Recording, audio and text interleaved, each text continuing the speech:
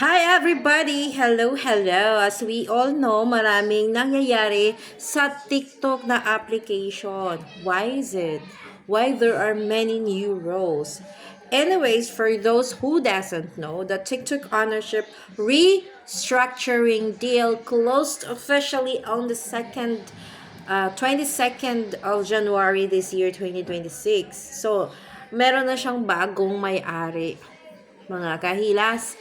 So, officially, January 22 this year, 2026. Operational control of this app has now officially transferred to the TikTok USDS joint venture and LLC consortium. So, kung ano yun, i-research na lang kung ano yung USSDS joint venture and LLC consortium, no? So, that joint venture that taking over the TikTok app from its original owner is a consortium being led by three companies. And what are these three companies? These are the Oracle, the Silver Lake, and the MGX. So, kung hindi nyo maintindihan kung ano yun, siguro talakayin na lang natin yan sa next video. Anyways, in plain terms, Larry Ellison is officially in control of TikTok. Sino ba si Larry Ellison? Ilalagay ko dito. This is Larry Ellison.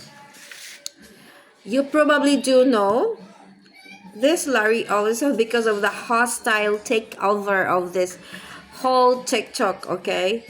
He got rich on based on the government funds from the US. He made his millions building databases for the CIA. He is the fourth richest person being alive in the whole world. And you know what is his worth? He's worth $370 billion. So, walang duda kung bakit nag-take over siya kay TikTok. Kaya maraming bago dito sa TikTok. So, for more information, follow!